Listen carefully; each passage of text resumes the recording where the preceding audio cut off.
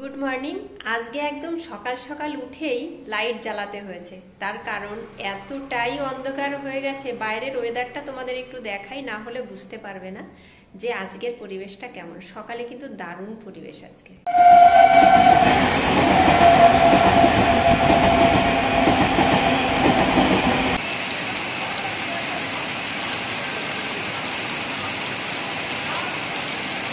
এই ওয়েদারে বানিয়ে ফেলবো একটা চটজলদি টিফিন, চানা মটরের সঙ্গে রাজমা ভিজিয়ে রেখেছিলাম রাত্রে, সেটা সিটি মারতে বসিয়ে দিলাম।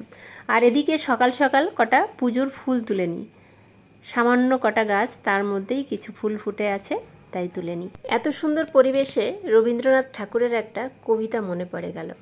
আমি বাঁধতে পারিনি হৃদয়ে মাঝে, ভাসাতে পারিনি নয়নে, আমি বলতে পারিনি কত না বলা কথা, লিখতে পারিনি চয়নে। আবার ফিরে এলাম রান্নাঘরে। এবার তেল দিয়ে একটু পেঁয়াজ আর একটু আদা কুচি, কাঁচা লঙ্কা চিড়ে আর একটু টমেটো দিয়ে সুন্দর করে কষে নিয়ে তার মধ্যে আমি চানা মটরগুলো ঢেলে দিলাম জল সমেত। বেশ সুন্দর করে নেড়ে চেড়ে নামিয়ে নেব, একদম রেডি। এদিকে রুটিগুলোও করে নিলাম, নিয়ে এবার খাবারের পালা। খাবারটা বাড়তে শুরু করে দিয়েছি আর তনুকে ডাকছি, তনু তাড়াতাড়ি আয়, গরম গরম খেয়ে নে, না হলে যে শক্ত হয়ে যাবে। ওকে ডাকতে ডাকতেই আমার গলাটা শুকিয়ে যায়। কতবার যে ডাকতে হয়, তারপরে ও উঠে আসে খাবারের কাছে। কখনো কখনো আমাকে নিয়ে খাইয়েও দিতে হয়, কারণ ও এসে একদমই খেতে পছন্দ করে না। এদিকে আমি একটু হেনা ভিজিয়ে রেখেছি। আমি তো জানতাম না এত বৃষ্টি হবে। হেনাটাকে আমি মাথায় নেব, মাথায় নিয়েই কিন্তু আমি রান্না শুরু করলাম, কারণ অন্তত পক্ষে 2 ঘন্টা তো রাখতেই হবে।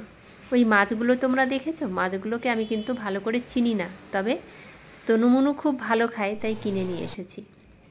মাছগুলোকে লবণ হলুদ মাখিয়ে এবার ভেজে নেব।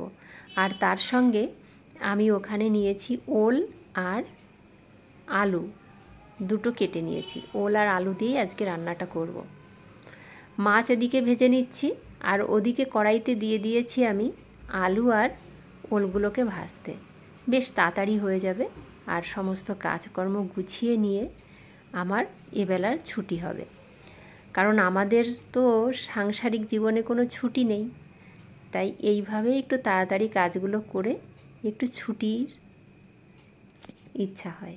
আর এদিকে পটল ভেজে নিচ্ছি, ব্যাস আজকের খাবার কিন্তু আমার এই দুটোই। পুরো রেডি হয়ে গেছে, তো এবার খেতে বসার পালা।